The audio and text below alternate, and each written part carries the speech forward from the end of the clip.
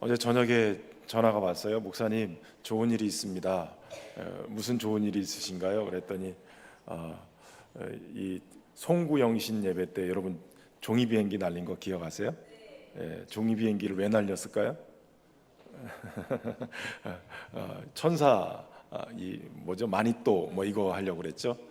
그 기도 제목 누구 누구 그리고 기도 제목 쓴 거를 받아서 전반기 동안 기도하시라고 했는데 그 마니또가 본인이 기도 열심히 하고 했던 그분이 이번에 거제시 공무원 이렇게 승진 뭐 이렇게 나오는데 사무관으로 승진했습니다. 그러고선 저한테 목사님 이게 너무 잘 됐습니다. 좋은 소식입니다. 그래서 정말 잘 됐다고 그렇게 기도해 주셔서 또 이렇게 잘 된 것 같습니다. 그리고 끊었는데 제가 전화번호를 저장하지 않았던 핸드폰 번호가 막 울리는 거예요. 그래서 전화를 받았더니 그분인 거예요. 목사님, 좋은 일 있습니다. 알고 있습니다. 축하드립니다. 그분이 승진했다고 감사하다고 그러고선 또 잘할 수 있게 해달라고 기도해달라고 차를 제가 주차하고 있었는데 주차장에서 붙들고선 제가 또 전화로 기도를 해드렸어요. 여러분, 성도들에게 좋은 일이 생기면 그 소식 또한 목사에게는 위로가 됩니다. 맨날 어려운 이야기도 있지만 그러나 또 좋은 얘기도 이렇게 전달해 주시면 그러면 그것 또한 기쁨이고 감사하죠. 주님은 우리에게 여러 모습으로 또 위로하시기도 해요. 또 어려운 환경과 상황 속에 있는 분들도 또 그 속에서도 또 위로가 있게 되죠. 위로의 근원이 하나님이시고 또 그 위로의 성취는 바로 예수 그리스도십니다. 근데 하나님이 그 귀한 위로를 우리 각자의 마음속에만 두지 않고 우리를 공동체로 부르셨어요. 교회라는 공동체로 부르신 거죠. 여러분, 왜 그렇게 하실까요? 왜 하나님이 굳이 예수님의 몸으로서 교회를 세우셨을까요? 여러분, 그것은 위로라는 것이 혼자 누릴 때보다 함께 나눌 때 그 생명력이 배가 되기 때문에 그래요. 사도 바울이 이 데살로니가 교회에 이 편지를 쓸 때 교회는 외부적인 핍박이 있었고 내부적인 또 갈등이 있었어요. 이중고가 있었죠. 그런데 사도 바울이 그들에게 고난이 있으니까 빨리 떠나라, 너희끼리 잘 견뎌라 이러지 않고 오늘 본문에 보면 피차 위로하고 덕을 세우라 이렇게 권면하는 것을 보게 됩니다.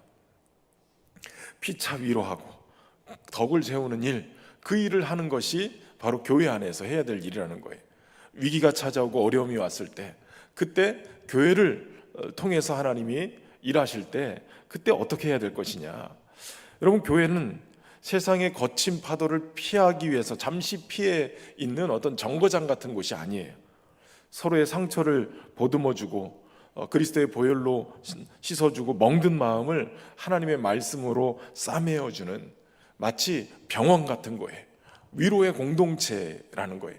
그러니까 막 잔뜩 여기저기 막 찢어지고 깨지고 이러고 교회를 타고 오면 물론 하나님의 은혜가 그들의 가운데 임하고 성령의 위로하심이 있지만 교회 공동체가 다 모여가지고 함께 위로의 놀라운 그 메시지들을 같이 나누면서 위로의 공동체가 되면 그 공동체 안에 그들이 치유와 회복을 경험하게 되는 거죠. 그래서 오늘 본문을 통해서 우리가 이 거룩한 위로의 순환을 어떻게 만들어갈 것인가, 어떤 교회 공동체를, 위로의 공동체를 만들어갈 것인가, 좀 더 구체적인 것들을 함께 살펴보려고 그래요. 우선 우리는 어떤 위로를 해야 되느냐? 세워주는 위로를 해야 돼요. 여러분, 11절 말씀 우리가 다시 한번 읽어보겠습니다. 11절입니다. 그러므로 피차 권면하고 서로 덕을 세우기를 너희가 하는 것 같이 하라. 아멘. 어떻게 해야 되냐? 피차 권면하고 서로 덕을 세우는 것. 다시 말하면 위로를 하는데 세우는 위로를 해야 된다는 거예요. 세워주는 위로. 데살로니가 교회가 어려운 환경에 있었어요. 예수님을 믿는다는 이유로 박해를 받았어요. 경제적인 고립도 있었고 사회적인 배척도 있었어요. 그러니까 여기서 믿음을 지키는 게 쉬운 일은 아니었거든요. 그런데 바울이 그들에게 무엇을 권면했냐면 기도를 더 오래 하라, 더 많은 프로그램을 만들라 이러지 않고, 어떤 건물을 짓거나 조직을 확장하라고 하지 않고 오늘 얘기하는 거예요. 피차 권면하라, 서로 덕을 세우라, 이렇게 권면하는 거예요. 그럼 다시 말하면 교회의 본질이 뭐냐? 피차 권면하는 것, 위로하는 것, 그리고 서로 덕을 세우는 것, 이것이 교회가 해야 될 일이라는 거예요. 여기 덕을 세운다라고 할 때 이 번역된 원어가 오이코도메오라는 단어예요. 고대 사회에서 무너진 건물을 다시 쌓아 올리거나 또 기초 위에 기둥을 세워서 집을 완성해가는 건축 과정을 뜻하는 단어라는 거예요.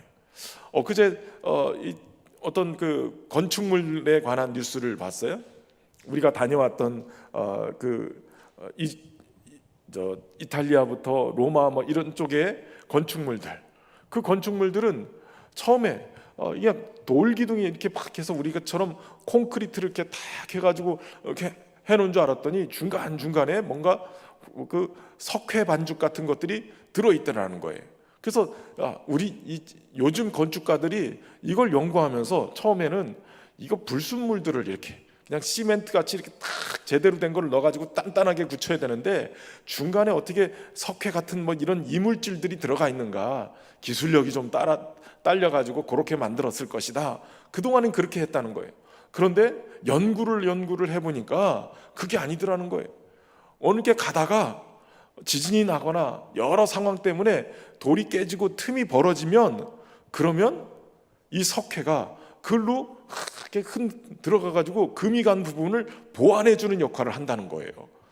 요 근래 연구해 보니까 이게 기가 막히더라는 거예요.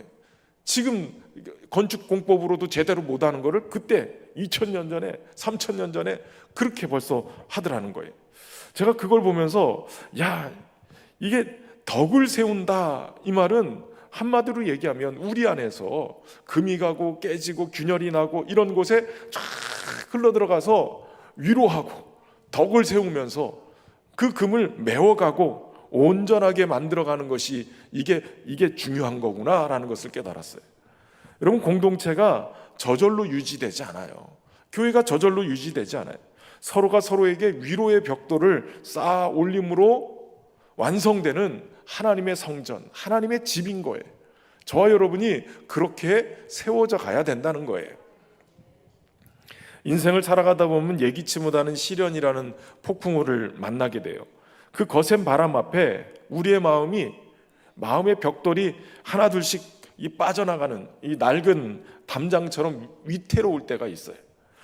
괜찮아, 나 버틸 수 있어. 그런데 여러분, 삶의 자리에 예기치 못한 시련이 오면 나는 단단하다고 그랬는데 어느 순간인가 균열이 가고 돌멩이 하나씩 막 빠져나가면서 부실시공한 것처럼 순식간에 그냥 어느 순간에 막 무너지는 담장같이 위태위태할 때가 있단 말이죠. 누군가 나를 비난하거나 내 상황이 조금만 흔들려도 내 마음의 벽돌이 쑥 빠져나가고 그 틈으로 절망과 두려움의 바람이 막 밀려 들어오는 거예요. 이 공동체의 가장 큰 비극은 바로 옆에 있는 지체가 그렇게 무너져 내리고 있는데도 모른 척하거나 오히려 그 빠져나간 틈을 비집고 큰 비난의 화살을 막 쏘아댈 때예요. 이런 공동체를 향해서 바울은 피차 어떻게 하라고 가르치냐면 권면하라. 이 권면한다라는 말이 원어로 파라칼레오예요. 이 단어는 곁에 다가가서 위로하고 격려하고 붙들어 준다는 뜻이에요. 그러니까 피차 뭐 하라는 거예요? 가서 위로하고 권면하고 붙잡아 주라는 거예요. 상처 입은 지체 옆으로 가서 그 사람의 눈높이에 같이 눈높이를 하고 아파하고 다시 붙들어 일으켜 세워주는 일, 이 일이 서로 권면하는 일이라는 거예요. 그를 다시 일으켜 세워서 힘을 불어넣을 때, 그때 교회의 공동체가 제대로 된 하나님의 집으로, 하나님의 성전으로 세워지게 된다는 거죠. 흥미롭게도 예수님이 약속하신 보혜사 성령님 얘기할 때 같은 단어를 써요. 같은 어근을 쓴다. 성령님이 우리 곁에 오셔서 위로하고 도우시는 분이라고 얘기할 때 파라클레토스, 이 단어를 쓰거든요. 여러분, 교회는 무엇이냐? 따라서 해보세요. 교회는 성령의 위로를 받은 사람들이 서로를 위로하는 공동체이다. 하나님께 받은 위로가 사람을 통해 흘러가는 곳이다. 여러분, 교회는 그런 곳이에요. 먼저 성령의 위로를 우리가 받아요. 그리고 그 받은 사람들이 서로 뭐 하느냐? 서로를 위로하는 거예요. 서로를. 옆 사람 쳐다보고 위로 좀 한번 해보세요. 어떻게 위로를 할까요? 그냥 씩 웃어주세요. 비웃지 말고. 여러분, 하나님께 받은 위로가 우리를 통해서 막 사람을 통해서 흘러가는 거예요. 그러니까 은혜는 하나님으로부터 우리 가운데 임하는데 하나님이 교회 공동체를 통해서 하나님의 은혜가 은혜되게끔, 하나님의 위로가 위로되게끔 이게 흘려보내는 거예요. 여러분, 위대한 믿음의 사람도 혼자 있으면 무너지는 거예요. 그래서 하나님은 공동체를 주신 거죠. 함께 울고 함께 기도할 사람들을 붙여주시는 거예요. 몇 년 전에 심리학 연구에서 흥미로운 결과가 나왔는데 사람이 큰 고난을 극복하는데 가장 중요한 요소가 중에 하나가 뭐냐? 누군가 내 곁에 있다라고 느낄 때 이것을 극복할 수 있다는 거예요. 내가 혼자가 아니야 라고 생각될 때, 물론 하나님 우리와 함께 하시죠. 그런데 그 하나님이 함께 하시는 것을 사람을 통해서 가끔 확인해 주신다고요. 사람을 통해서요. 문제 해결 능력보다, 경제적인 능력보다 내가 혼자가 아니다라는 이 확신이 사람을 살려낸다는 거예요. 우리 신년교회 여러분, 혼자가 아니라고 느낄 수 있도록 가끔 한 번씩 손도 잡아주고 한 번씩 이렇게 툭툭 건드려 주시고 위로의 말도 한 번씩 해주시고. 여러분, 하나님께서 교회를 만드신 이유가 뭐예요? 누군가의 믿음을 붙잡아주기 위해서예요. 누군가의 눈물을 닦아주기 위해서죠. 누군가의 손을 잡아주기 위해서예요. 그런 의미에서 옆 사람 손을 한번 꽉 잡아주시고, 내가 있잖아, 당신 혼자가 아니야.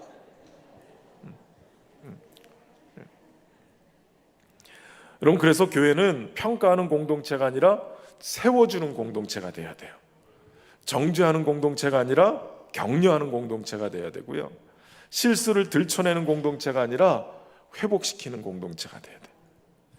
오늘날 교회를 자꾸 떠나는 이유가 뭐예요?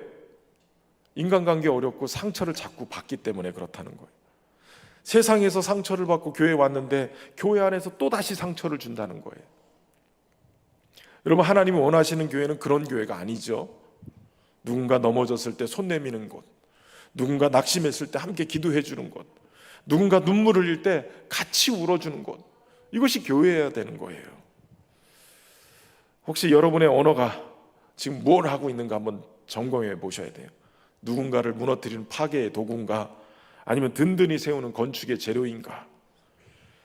괜히 위로라고 하면서 거창하게 막 성경 말씀을 막 얘기하고 어떤 막 완벽한 어떤 지식의 해결책을 자꾸 제시하고, 그래서는 안 돼요. 때로는 입을 닫고 침묵하거나 또 위로한다는 명목으로 정죄를 막 조언을 늘어놓고 이래서는 안 되는 거죠.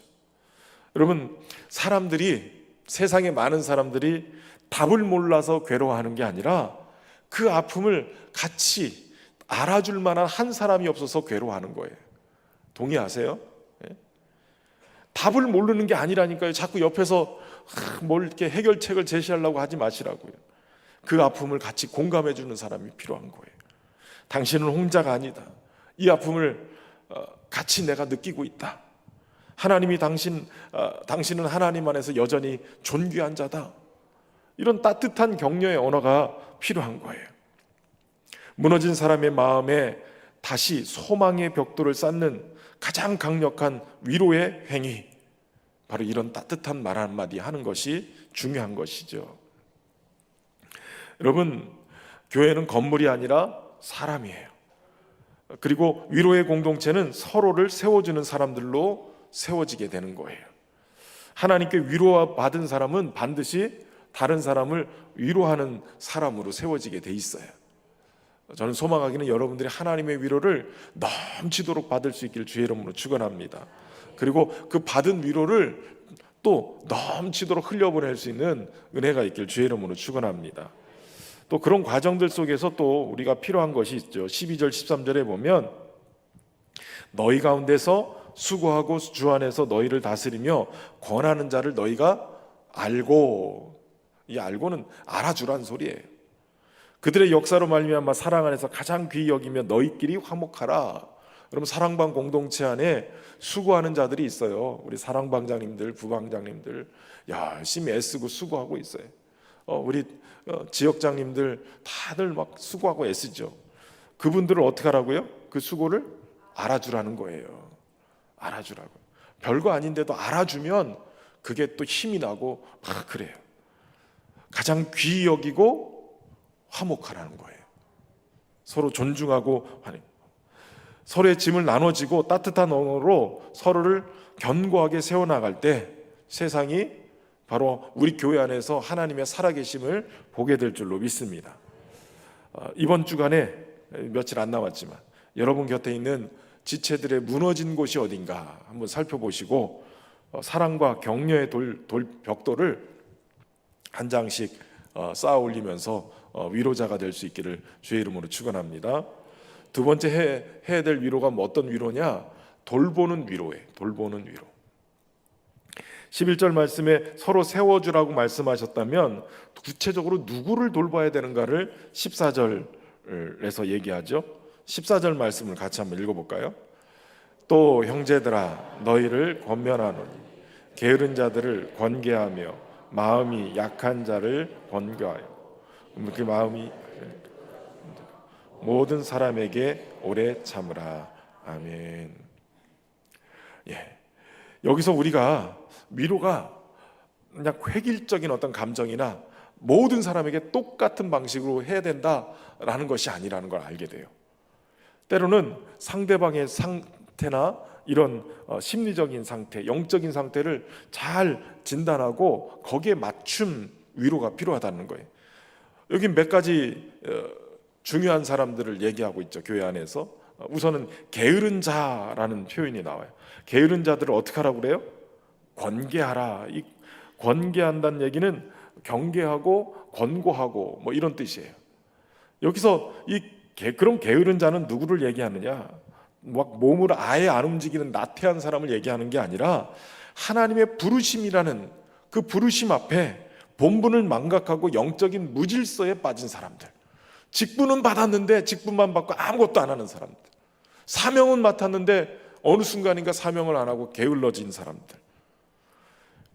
이 사람들에게 낭만적인 위로 독이 된대요. 독이. 그렇게 게으른 걸 막 칭찬하고 그럴 수 있어. 이거는 도리어 더 게으르게 만드는, 하나님의 사명으로부터 멀어지게 만드는 것이 된다는 거예요. 잘못된 길을 갈 때 방관하는 게 사랑이 아니죠. 따끔하게 경계와 일깨움을 주는 것이 필요하다는 거예요. 때로는 아프게 찌르는 진리의 말씀이 그들을 잠에서 깨우기도 하고 다시금 하나님의 나라 일꾼으로 복귀하게 되는 그러한 계기를 만들 수 있다는 거예요.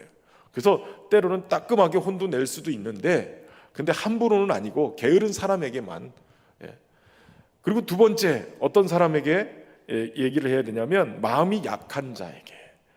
마음이 약한 자들에게는 어떻게 하라는 거예요? 격려하라는 거예요. 격려가 위로가 되는 거예요.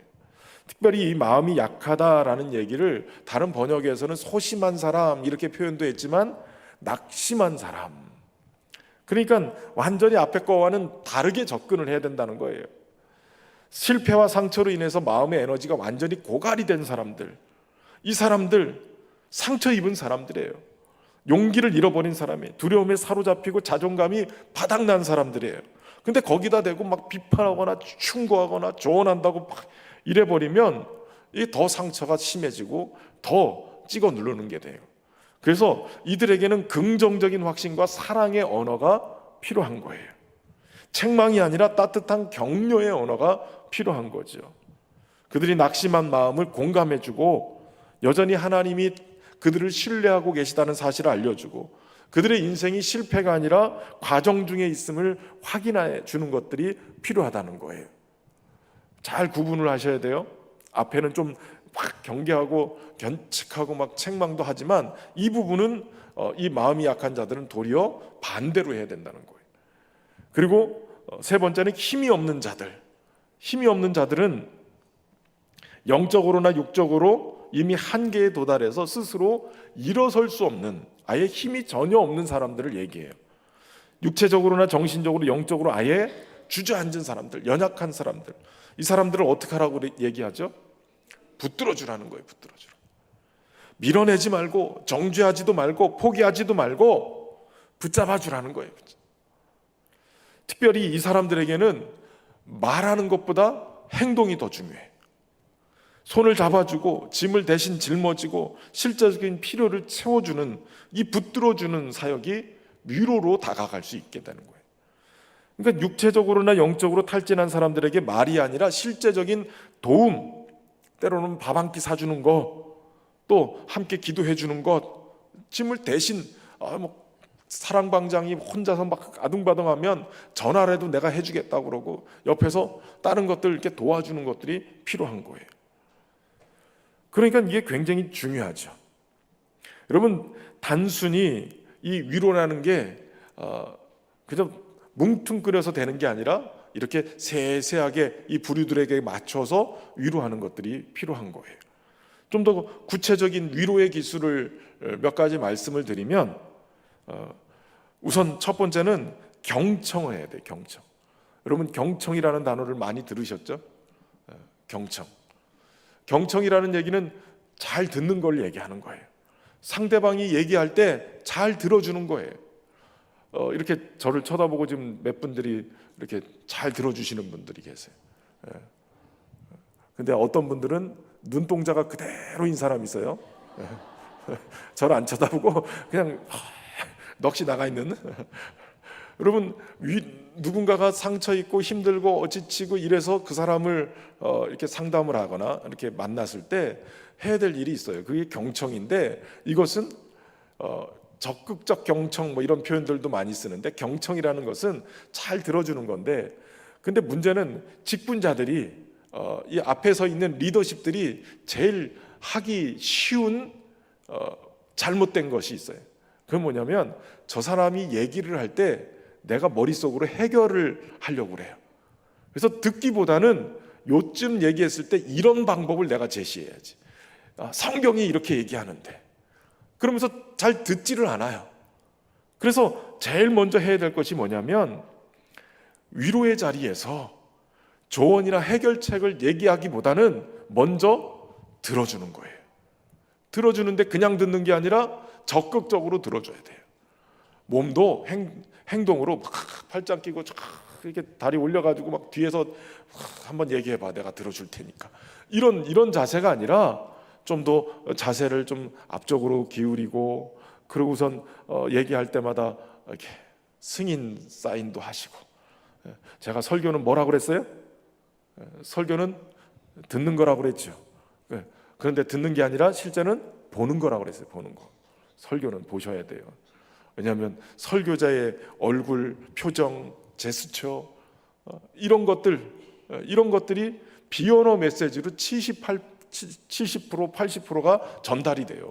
말로는 전달이 제대로 안 되는 거예요. 그러니까 설교는 뭐라고요? 보는 거라고요. 보는 거. 그냥 보는 게 아니라, 째려보는 게 아니라 적극적으로 쳐다보면서 승인 반응하면서 보는 거예요. 승인 반응이 뭐예요? 이렇게 고개도 끄덕거려주고 아멘도 해가면서. 자꾸 아멘 안 하고 자꾸 그러실래요? 승인 반응하면서 그렇게 해주는 거예요. 근데 중요한 거는, 여기서 그 상담을 하러 온 사람에게, 그 고통받고 있는 사람에게, 지금 앞에서도 말씀드렸지만 그가 해결책이 없어서 고통하는 게 아니라 누군가 나와 함께 있다는 사인을 받기 위해서 중요한 거죠. 나와 나의 아픔을 같이 하고 있구나. 그러니까 승인 반응해주고, 아유 그랬어. 여기서 한 가지 중요한 실천 방법 중에 하나는, 상대방의 말을 끊지 말고 끝까지 듣는다. 따라서 해보세요. 상대방의 말을 끊지 말고 끝까지 듣는다. 끝까지 들으셔야 돼요. 이럴 때는 이렇게 해야지, 이렇게 말하기보다는 정말 힘들었겠다, 아유 그랬겠구나, 그것 때문에 많이 속상했겠네. 이걸 뭐라고 표현하냐면 공감이라고 표현해요. 공감. 네 마음을 다 헤아릴 수 없지만 참 많이 아팠겠다. 그 사람이 지금 가지고 있는 그 감정의 상태, 그 아픔을 내가 읊어주는 거예요. 공감과 동감이 달라요. 여러분, 공감이라는 것은 그 감정을 같이 느끼는 거예요. 근데 이 동감이라는 것은 내가 맞장구 치는데, 그래, 누군가를 막 욕할 때 그래, 그놈 나쁜 놈이야, 이렇게 같이 그렇게 욕하는 게 이게 문제인 거예요. 나중에 그 사람과 관계가 풀리면 그때 이 사람이 내가 너 욕을 했는데 너도 같이 욕을 하더라 이러면서 문제가 생겨요. 그래서 공감을 해주되 동감을 하면 안 돼요. 이제부터 헷갈리니까 좋으시면 안 돼요. 이건 공감의 문장 사용하셔야 돼요.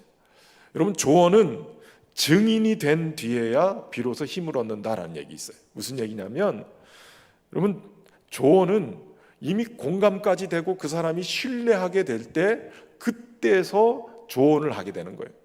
상담적인 것들을 보면 한 상담 시간만 적어도 20시간, 최소 20시간을 넘겨야 그 다음부터 신뢰관계가 형성되면 그때서 조언이나 어떤 방향 제시나 이렇게 할 수 있는 거예요. 일반 상담학에선 그래요. 그러니까 그만큼의 신뢰관계가 쌓여야 그 다음부터 조언이 들어먹히지, 그 전까지는 조언을 해도 아무런 도움이 안 돼요. 그러니까 여러분들이 뭐 하셔야 되냐? 공감하셔야 돼요. 공감. 적극적 경청, 공감. 그리고 무엇보다도 동행의 기술이 필요해요. 거창한 말보다는 그냥 함께 있는 거예요. 시간을 같이 내어주는 거죠. 오늘 로마서의 말씀처럼 즐거워하는 자들과 함께 즐거워하고 우는 자들과 함께 우는 게 필요해요. 같이 있어주는 거예요. 그러니까 논리적인 설명이 필요한 게 아니라 감정을 같이 나눌 수 있는, 같이 있는 거예요. 어떤 거창한 어떤 위로의 말이나 신학적인 얘기 이런 게 필요 없어요. 그냥 묵묵히 옆에만 있어줘도 되는 거예요. 따뜻한 차 한 잔, 말없이 보내는 문자 한 통, 이런 게 어떤 때 보면 설교보다도 더 강력할 수 있어요. 그리고 언어의 기술이 하나 필요한데, 잘 들으셔야 돼요. 가르침이 아니라 나눔의 언어가 필요해요. 여기쯤 가면 이제 위로한다고 어떤 방향 제시나 이런 것들을 할 때가 있어요. 근데 아까 말씀드린 것처럼 잘 듣고 승인 반응도 해주고 공감의 언어도 해주고, 그러면서 함께 있으면서 우리가 뭔가를 제시할 때 그때 가르치려고 하는 게 가장 위험해요. 마치 위에서 아래로 내려다보는 듯한 언어들이 있잖아요. 이런 건 내가 경험해 봤는데 이런 거야. 이렇게 어려움이 있을 때는 20일 작전 기도 해봐. 내가 작전 기도 했더니 하나님이 응답 주셨어. 이런 거예요. 이런 거는 마치 이 사람을 모르니까 내가 가르쳐 주려고 하는 마음이지, 실제로는 이 위로의 기술로는 가장 위험한 거예요. 나를 낮춰서 이게 하나님의 뜻이다라고 하면서 마치 정죄감이 들게 만드는, 네가 지금 그렇게 되는 거는 나처럼 작전 기도 못해서 그런 거야. 네가 그렇게 된 거는 하나님 앞에 네가 이렇게 신앙생활해서 그런 거야. 이렇게 정죄하는 그런 표현이 될 수 있어요. 그래서 그런 거 다 빼고 어떻게 해야 되냐? 나도 예전에 그런 경험이 있었어. 그때 나도 굉장히 힘들었었어. 이 정도까지만 하는 거예요. 하나님이 나에게 그때 이런 위로를 주셨어. 내가 뭔가를 했기 때문에 이렇게 한 게 아니라 나도 정말 힘들었는데 이런 은혜가 있었어. 이런 정도로 그 사람의 눈높이에 내려가서 그 사람이 겪고 있을 아픔들을 같이 공감하면서 그 눈높이에서 얘기해 주는 거예요. 내가 이랬으니까 이런 거 했는데 너 이런 거 해봐. 이게 아니에요. 그 사람은 그 정도 할 만큼의 지금 힘도 없는 거예요. 그러니까 위로를 전하는 거예요. 같은 눈높이에서 그렇게 할 때 나의 연약함을 먼저 나누면 상대방의 마음의 빗장을 열게 되어지는 거예요. 그러면서 힘을 얻게 되는 거죠. 여러분, 이렇게 몇 가지 중요한 포인트들을 짚어드리는데도, 그런데도 다 획일적이지 않아요. 상대방에 따라서 다 달라요. 그래서 그렇게 획일적이면 얼마나 쉽겠어요. 목회가 그러면 되게 쉽죠. 이런 그룹은 모여라 이렇게 하고, 그렇게 되는 게 아니라 보면 사람마다 다 달라요. 그래서 우리에게 필요한 것이 있어요. 바로 성령의 지혜예요. 지금 저 지체가 무엇 때문에 울고 있는지, 하나님 어떤 말을 해야 저 사람이 위로를 받을 수 있을지 지혜를 주십시오. 은혜를 주십시오. 또 저의 마음을 열어주셔서 함께 공감하고 그 아픔을 보듬을 수 있도록 하나님 우리에게 은혜를 주십시오. 이런 언어의 지혜를 구하는 것이 필요하죠.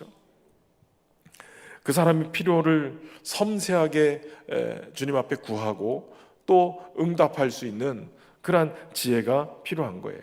저는 우리 신현교회 성도들이 이런 이 위로의 메시지들, 위로의 공감의 어떤 그 기술들을 좀 더 구체적으로 좀 실습을 하시고 한번 하셔서 교회가 우리 사랑방이 더욱더 그 위로 안에서 힘을 얻는 시간이 되기를 소망합니다. 마지막으로는 끝까지 인내하는 위로가 필요하다는 거예요. 14절 후반부에 보면 모든 사람에게 어떻게 하라고요? 오래 참으라는 거예요. 오래 참. 사실 위로의 가장 큰 적은 조급함이에요. 조급함. 내가 위로해주면 상대방이 변화될 것을 우리는 기대를 해요. 그런데 여기에는 영적 회복의 시간이 필요해요.